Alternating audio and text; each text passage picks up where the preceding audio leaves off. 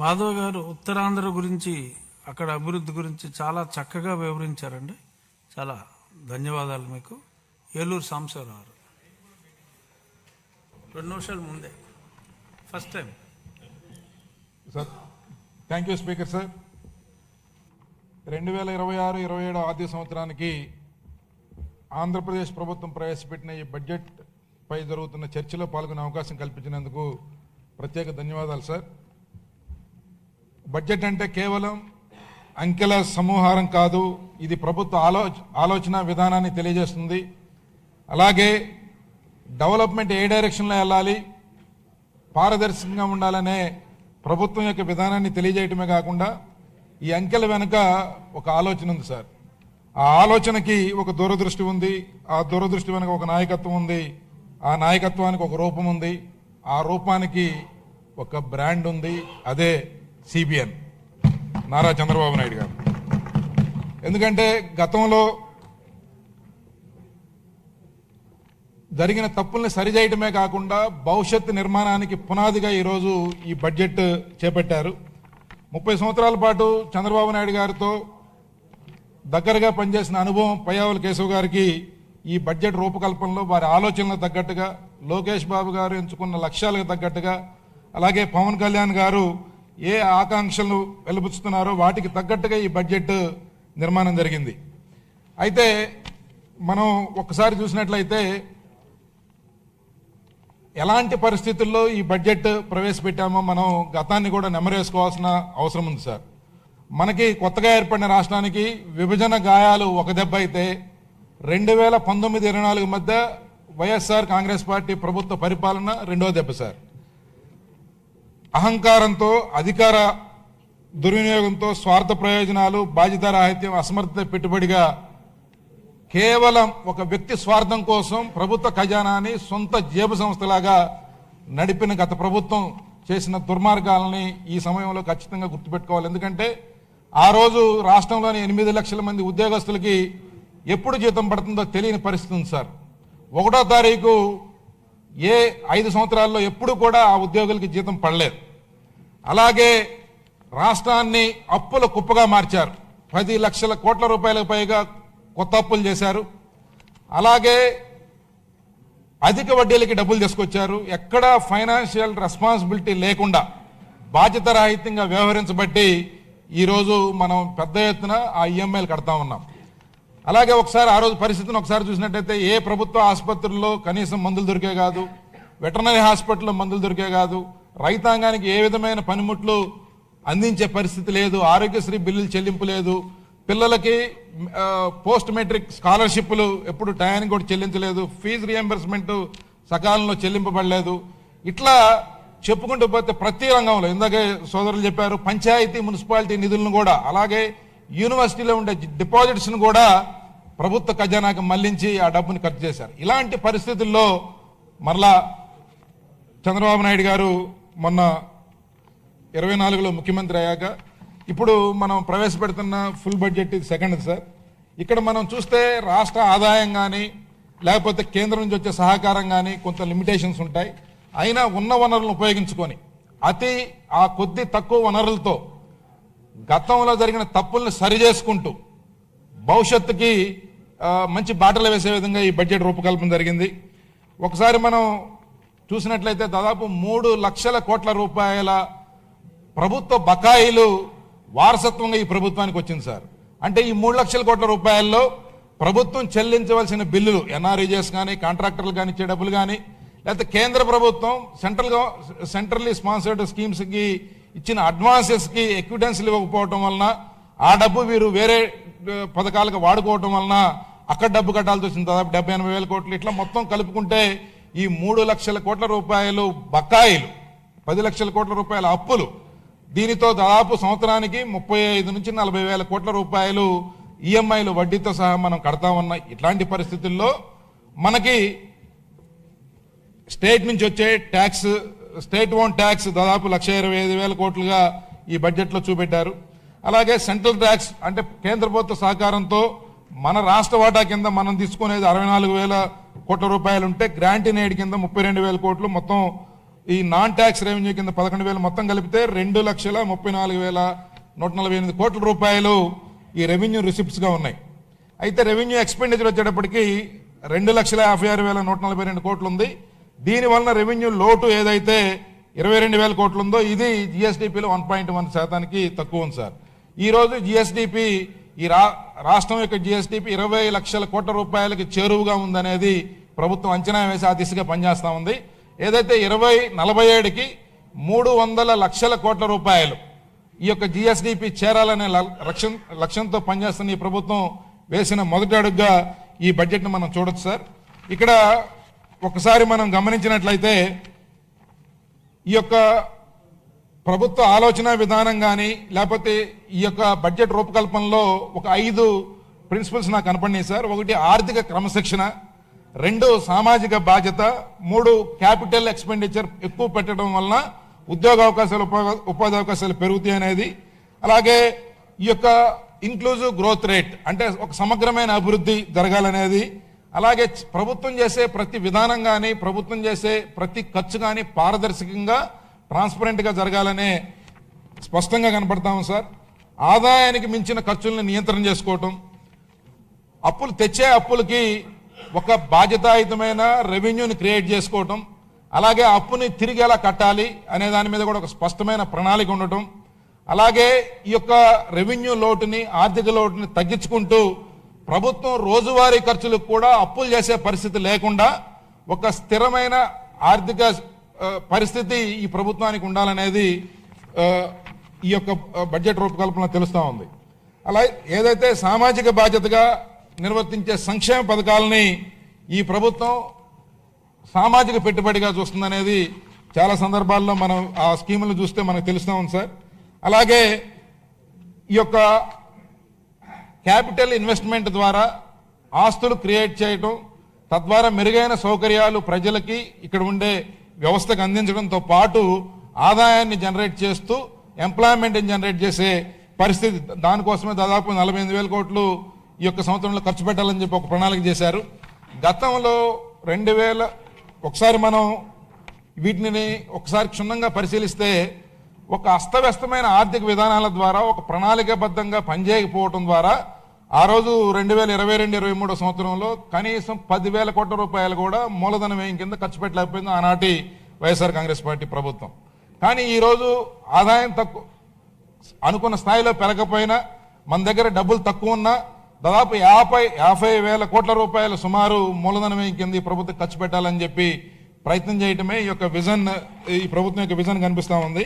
అయితే ఈ బడ్జెట్ రూపకల్పనలో ఏంటంటే మనం ఎక్కడ ఎంత ఖర్చు పెట్టాలి, ఏ రూపాయలు ఎలా ఖర్చు పెట్టాలని రకరకాలుగా మనం ప్రణాళికలు తయారు చేసుకుంటాం.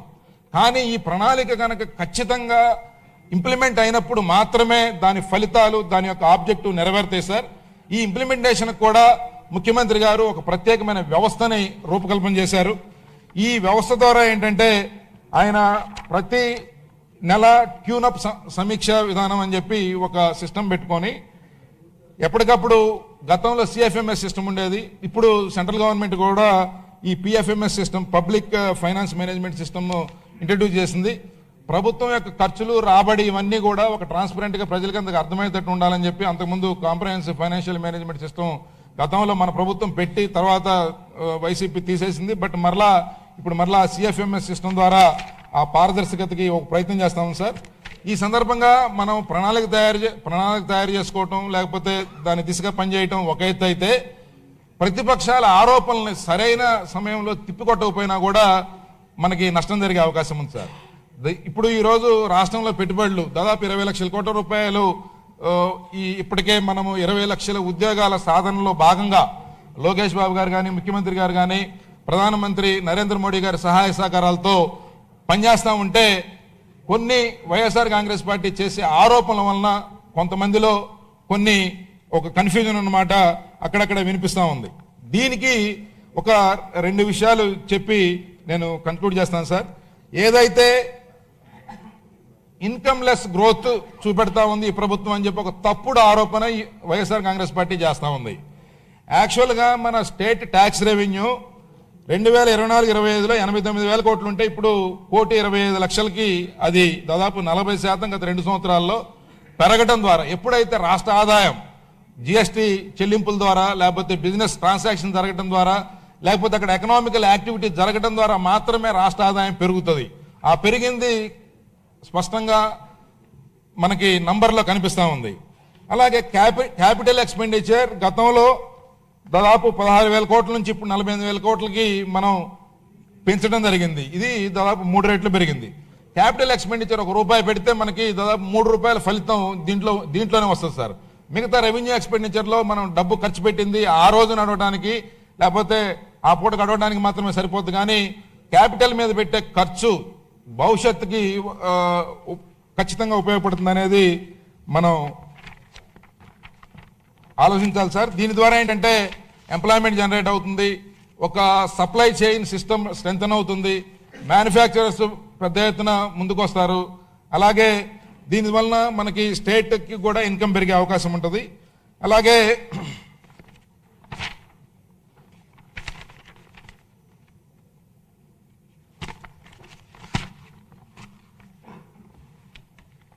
ఒకసారి మనం గతంలో ఈ ప్రభుత్వం నిన్న బుగ్గన గారు మాట్లాడాడు, నేను లాస్ట్ 5 years కూడా ఇక్కడ వారి ప్రసంగాలు చూశాను సార్. ఆయన చాలా వికృతంగా ఎటకారంగా మాట్లాడి ప్రజల్ని తప్పుదారి పట్టించే ప్రయత్నం, ఆ రోజున్న వారి నాయకుడు జగన్మోహన్ రెడ్డి దగ్గర మెప్పు పొందేదానికి రకరకాల కట్టుకథలు చెప్పి చెబుతూ ఈ మధ్య కూడా సాక్షి పేపర్లో లేదా ప్రెస్లో కూడా కనిపిస్తూ ఉంది. దీంట్లో వారు ఏం చెప్తున్నారంటే యాక్చువల్గా 2018-19లో వృద్ధి రేటు 22వ స్థానంలో ఉన్న రాష్ట్రాన్ని మేము 4వ స్థానానికి తీసుకొచ్చామని చెప్పి గొప్ప చెప్పాడు. వాస్తవంగా ఆ రోజు వారు ఎంతకు బరి తెగించారంటే రికార్డ్స్ని ట్యాంపర్ చేసి ప్రభుత్వం కాగు లెక్కలు కానీ లేకపోతే ఇతర ఆడిటింగ్ ఏజెన్సీలు ఇచ్చే సార్ అయిపోతుంది సార్ ఈ కాగు నివేదికలను కూడా వారు ట్యాంపర్ చేసి అసత్యాలని సత్యాలుగా అంటే మన మీద ఆరోపణలు చేయడానికి వాడుతూ ఉన్నారు సార్. అయితే ఇక్కడ ఒకసారి మనం చూసినట్లయితే 2018-19లో ఈ యొక్క గ్రోత్ రేట్, అడ్వాన్స్డ్ గ్రోత్ రేట్ని మనము ఎస్టిమేట్ చేసేటప్పుడు ముందు అడ్వాన్స్ లేకపోతే first quarter, second quarter, third quarter ఇట్లా చేసి ఇయర్ ఎండింగ్కి కన్క్లూజన్ ఇస్తారు. దీంట్లో 2018-19లో 15.3 ఉన్నది, లాస్ట్కి వచ్చేటప్పటికి దాదాపు 11.14% రివైజ్ అయింది. కానీ అది చెప్పకుండా ఆయన దీన్ని మేము 20 స్థానంలో ఉన్నదాన్ని 4వ స్థానంలో తీసుకొచ్చామని చెప్పి కలబల్లి మాటలు చెప్తా ఉన్నారు సార్. 2019-20లో 12% ఎస్టిమేషన్ ఉంటే అది 5.9 లోయెస్ట్ గ్రోత్ రేట్ ఆ రోజు ఆ ప్రభుత్వం ఉంది. దాన్ని కప్పిపుచ్చుకోవడానికి గత సంవత్సరం మన ప్రభుత్వం 18-19లో సాధించింది కూడా వాళ్ళు 19-20లో వేసుకొని ఆ రకంగా ప్రజల్ని తప్పుదారి పట్టిస్తా ఉన్నారు. అలాగే వారు నిన్న మాట్లాడుతూ దాదాపు 10 లక్షల కోట్ల రూపాయలు అప్పు చేసింది మా ప్రభుత్వం అని చెప్పి ఎన్నికల ముందు చెప్పారు, ఇప్పుడు బడ్జెట్లో పొందుపరచలేదని చెప్పారు. ఇది పూర్తిగా సత్యదూరం సార్. ఎందుకంటే 2022-23 కాగ్ రిపోర్ట్లో, స్టేట్ ఫైనాన్స్ ఆడిట్ రిపోర్ట్లో పేజీ నెంబర్ 66లో స్పష్టంగా అప్పటి వరకు 2018-19 వరకు దాదాపు 1,83,274 కోట్ల అప్పు ఉంది. 2022-23 వరకు 3,37,500 కోట్ల అప్పు ఉంది. ఇది బడ్జెట్లో చూపెట్టిన అప్పు సార్. ఈ బడ్జెట్లో కాకుండా ఆఫ్ బడ్జెట్ బారోయింగ్ ఏదైతే వైఎస్ఆర్ కాంగ్రెస్ పార్టీ ప్రభుత్వం హయాంలో 2019-20 సమయంలో 77,000 కోట్లు, 2020-21లో 1,12,115 కోట్లు, 21-22లో 1,18,393 కోట్లు, 22-23లో 1,28,000 కోట్లు, 23-24 సమయం అంటే ఎలక్షన్ టైంలో 1,50,000 కోట్లు అప్పు చేశారు. మొత్తం ఆఫ్ బడ్జెట్ బారోయింగ్ వచ్చేటప్పటికి 7 లక్షల కోట్లకు పైగా గత వైఎస్ఆర్ కాంగ్రెస్ పార్టీ ఈ రాష్ట్ర ప్రజల మీద అప్పు భారాన్ని నెట్టేలింది సార్. అలాగే అంతకుముందు ఉన్న బడ్జెట్లో పొందుపరిచిన కాగుల లెక్క మన స్టేట్ ఫైనాన్స్ ఆడిట్ రిపోర్ట్ ప్రకారం 3,32,500 కోట్లు మొత్తం కలిపి 10,48,691 కోట్లు. ఇది కూడా ఈ అప్పు కూడా ఏంటంటే 12% యావరేజ్ మీద 12.8% వడ్డీ రేటుకి దాదాపు 16-17% కూడా డబ్బులు తెచ్చారు సార్ వీళ్ళు. అంటే ఇప్పుడు మీరు కేంద్ర ప్రభుత్వం మనకి ఎన్నో రకాల పథకాల ద్వారా మనకి సపోర్ట్ చేస్తూ ఉంటుంది. ఇప్పుడు ఏదైతే శాస్కీ స్కీమ్ ఉంది, దాదాపు 6,000 కోట్ల రూపాయలు మీరు వాడుకోండి, దీంట్లో 10% మీరు ఖర్చు పెట్టి 600 కోట్లు ఇవ్వడం కోసం ఆ రోజు ఆ ముఖ్యమంత్రికి చేత కాలేదు, 6,000 కోట్ల రూపాయలు వదులుకున్నారు. జలజీవన్ మిషన్లో అన్ని రాష్ట్రాలు, చిన్న చిన్న వెనకబడిన రాష్ట్రాలు కూడా బ్రహ్మాండంగా ఆ యొక్క స్కీమ్ని అద్భుతంగా వాడుకుంటే మన స్టేట్ గవర్నమెంట్ ఆ రోజు వైఎస్ఆర్ కాంగ్రెస్ పార్టీ ప్రభుత్వం కనీసం ₹1 కూడా దాంట్లో వాడుకోకుండా ఈరోజు రాష్ట్రాన్ని చాలా ప్రజలు ఒక మంచి ఆపర్చునిటీని కోల్పోయారు. అలాగే ఈ రకంగా చెప్పుకుంటా పోతే దాదాపు 80కి పైగా కేంద్ర ప్రాదేశిక పథకాలు అన్నీ కూడా సెంట్రల్ గవర్నమెంట్ ఇచ్చే షేర్ని ఇతర ఖర్చులకి వాడుకొని ఆ పథకాలన్నీ కూడా దాదాపు 60-70 వేల కోట్లు మన ప్రభుత్వం వచ్చాక మళ్ళీ కట్టి మళ్ళీ వాటన్నిటిని రివైవ్ చేసుకోవాల్సిన పరిస్థితి వచ్చింది సార్. ఈ సందర్భంగా ఈరోజు మనకి నేను ఒక 2 విషయాలు మీ ద్వారా సభ దృష్టికి తీసుకురావాలనుకున్నాను సార్. మన ప్రభుత్వం పెద్ద ఎత్తున పెట్టుబడులు తీసుకురావడానికి ప్రయత్నం చేస్తా ఉంది. అందులో బ్రహ్మాండంగా మనం 25% ఈ భారతదేశానికి వచ్చే పెట్టుబడుల్లో మన రాష్ట్రానికి సాధించుకోగలుగుతూ ఉన్నాం. అయితే దీంట్లో ఉదాహరణకి గత ప్రభుత్వ 5 సంవత్సరాల విధానాల వలన ఎగ్జిస్టింగ్ చిన్న చిన్న ఎంఎస్ఎంఈ పరిశ్రమలన్నీ కూడా దెబ్బతిన్నాయి సార్. వాళ్ళకి ఇన్ఫ్రాస్ట్రక్చర్ ఉంది, మిషనరీ ఉంది, కానీ ఆ బ్యాంకు లోన్ తీసుకున్న దాన్ని కట్టలేక దాదాపు 100 కొద్ది 1000 కొద్ది ఎంఎస్ఎంఈ పరిశ్రమలు మూతపడ్డాయి సార్. గౌరవ ముఖ్యమంత్రి గారు కొంచెం దీని మీద వారిని పెద్ద మనసుతో ఆదుకోవడానికి ఏదైనా ప్రయత్నం చేసి 1 టైం సెటిల్మెంట్ కానీ, లేకపోతే ఉదాహరణకు ప్రకాశం జిల్లాలో గ్రనైట్ పరిశ్రమ కానీ, అలాగే స్పిన్నింగ్ మిల్స్ కానీ ఇవన్నీ కూడా చాలా ఇబ్బందుల్లో ఉన్నాయి. గత ప్రభుత్వ తప్పిదాలను ఏదో ఒక రూపంలో సరిచేస్తే కొంత ఎంప్లాయ్మెంట్ జనరేట్ అవుతుంది. అక్కడ ఉన్న నిరర్ధకంగా పడిపోయిన ఆస్తులన్నీ కూడా మళ్ళీ యూటిలైజేషన్లోకి వస్తాయని చెప్పి నా ఉద్దేశం సార్. అలాగే పూర్వోదయ స్కీమ్లో ఉమ్మడి ప్రకాశం జిల్లాను కూడా గతంలో ఉమ్మడి ప్రకాశం జిల్లాలో కూడా తీసుకున్నారు. దాంట్లో రాయలసీమ జిల్లాలతో పాటు దాంట్లో పర్చూరు, చీరాల ఉమ్మడి ప్రకాశం జిల్లాలో ఉండి ఇప్పుడు బాపట్ల ఉన్నాయి సార్. అక్కడ కూడా హార్టికల్చర్ చాలా స్కోప్ ఉంది. ఆయిల్ పామ్ డెవలప్మెంట్ కానీ ఇవన్నీ కూడా పెద్ద ఎత్తున ప్రభుత్వం ప్రోత్సహం చేపిస్తూ ఉంది. పెద్ద మనసుతో ముఖ్యమంత్రి గారు ఆ పూర్వోదయ స్కీమ్లో ఈ 2 నియోజకవర్గాలను కూడా కలపాలని చెప్పి కోరుకుంటున్నాను సార్. చివరిగా ఏంటంటే, ఏదైతే ఈరోజు లోకేష్ బాబు ఒక సమున్నత లక్ష్యంతో 20 లక్షల మంది యువతకు ఉద్యోగాలు కల్పించాలనే ఒక యజ్ఞంలాగా పనిచేస్తూ ఉన్నారో, ఈరోజు మనకి అమరావతిలో దాదాపు 50,000 కోట్ల రూపాయల వర్కులు జరుగుతూ ఉన్నాయి. దాంట్లో 10,000 కోట్ల రూపాయలకు పైగా మ్యాన్ పవర్ ఎక్స్పెండిచర్ ఉండే అవకాశం ఉంది సార్. మనము ఇతర ప్రాంతాల నుంచి, ఇతర రాష్ట్రాల నుంచి ఇక్కడికి మ్యాన్ పవర్ పెద్ద ఎత్తున వస్తూ ఉంది. దాన్ని మనం తప్పడాల్సిన పని లేదు. కాకపోతే మన పిల్లలకి, మన ఐటీఐ చదువుకున్న పిల్లలకి, ఇక్కడ పాలిటెక్నిక్ చదువుకున్న పిల్లలకి ఈ స్కిల్ డెవలప్మెంట్ యాక్టివిటీ ద్వారా వారికి కొంచెం మంచి స్కిల్ని కనుక ఇంప్రూవ్ చేసి వారిని మంచి నైపుణ్యత కలిగిన మ్యాన్ పవర్గా తయారు చేస్తే మనకి ఇక్కడ అవకాశాలను ఉపయోగించుకునే అవకాశం ఉంది. కాబట్టి స్కిల్ డెవలప్మెంట్కి కొంచెం బడ్జెట్ కూడా పెంచవలసిన అవకాశం ఉంటే దాన్ని కన్సిడర్ చేయమని చెప్పి అడుగుతా ఉన్నాను సార్. అలాగే సార్ క్లోజ్ చేస్తున్నాను సార్. Thank you sir. ఈ బడ్జెట్ ఒకసారి ఇది ఒక ఆర్థిక పత్రమే కాదు, ఇది ఒక దగాపడ్డ ఆంధ్రప్రదేశ్ రాష్ట్రానికి ఒక దిశ నిర్దేశించే సమగ్ర ప్రణాళిక. ఇది ఒక దార్శనిక నాయకుని ఉక్కు సంకల్పానికి ప్రతీక. ఇది 5 కోట్ల మంది ఆంధ్రప్రదేశ్ ప్రజల ఆశలను, ఆకాంక్షలను ఆవిష్కరించే భవిష్యత్ మార్గదర్శిని. స్థిరత్వము, పారదర్శకత, అభివృద్ధి అనే విషయాలపై నిర్మితమైన ఈ భవిష్యత్ ప్రయాణం సాఫీగా జరగాలి. ఏదైతే గౌరవ ముఖ్యమంత్రి వర్యులు నారా చంద్రబాబు నాయుడు గారి ఆశయాలకు వారు ఏదైతే ఉద్దేశాలని ఈ యొక్క బడ్జెట్లో పొందుపరిచి ఒక అద్భుతమైన రాష్ట్రంగా ఈ రాష్ట్రం తీర్చిదిద్దాలనుకుంటున్నారో వాటన్నిటికీ మనందరం భాగస్వాములు కావాలని చెప్పి మరొకసారి తెలియజేసుకుంటూ ధన్యవాదాలు సార్. Thank you sir.